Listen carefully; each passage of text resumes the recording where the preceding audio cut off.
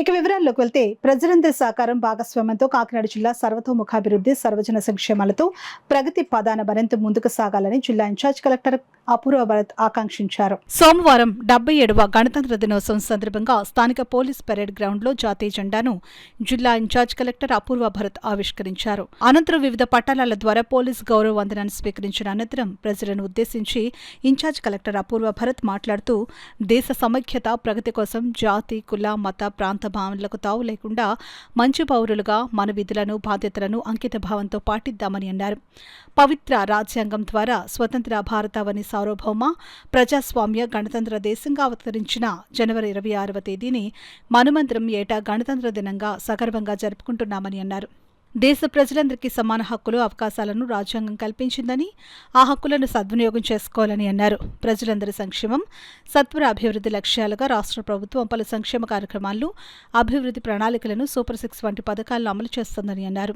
ఈ పథకాలను ప్రణాళికలను జిల్లాలో విజయవంతంగా అమలు చేసుకుంటున్నామని అన్నారు. కార్యక్రమంలో MLC Karri Padmashri, DCMS chairman P Chandramouli, జిల్లా ఎస్పీ బిందుమాధవ్, జిల్లా అటవీ శాఖ అధికారి N Ramachandrarao, assistant collector Manisha, ASP Manish Patil Devaraj, AR additional SP Srinivasarao, DRO J Venkatrao, Kakinada municipal commissioner NVV Satyanarayana, Kakinada RTO S Mallibabu,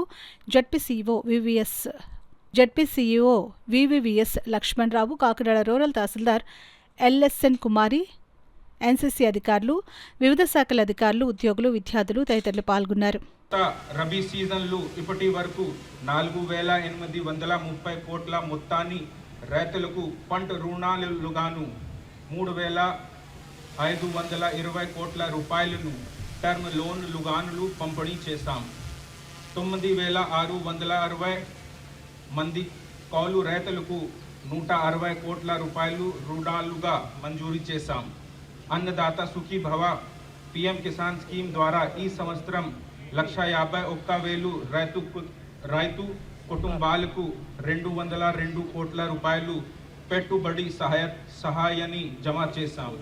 rabi సీజన్లో 43,000 మెట్రిక్ టన్నులు ఎరువులను రైతులకు పంపిణీ చేయగా మరో 1,254 మెట్రిక్ టన్నులు రైతు సేవా కేంద్రాల్లో అందుబాటులో ఉంచాము.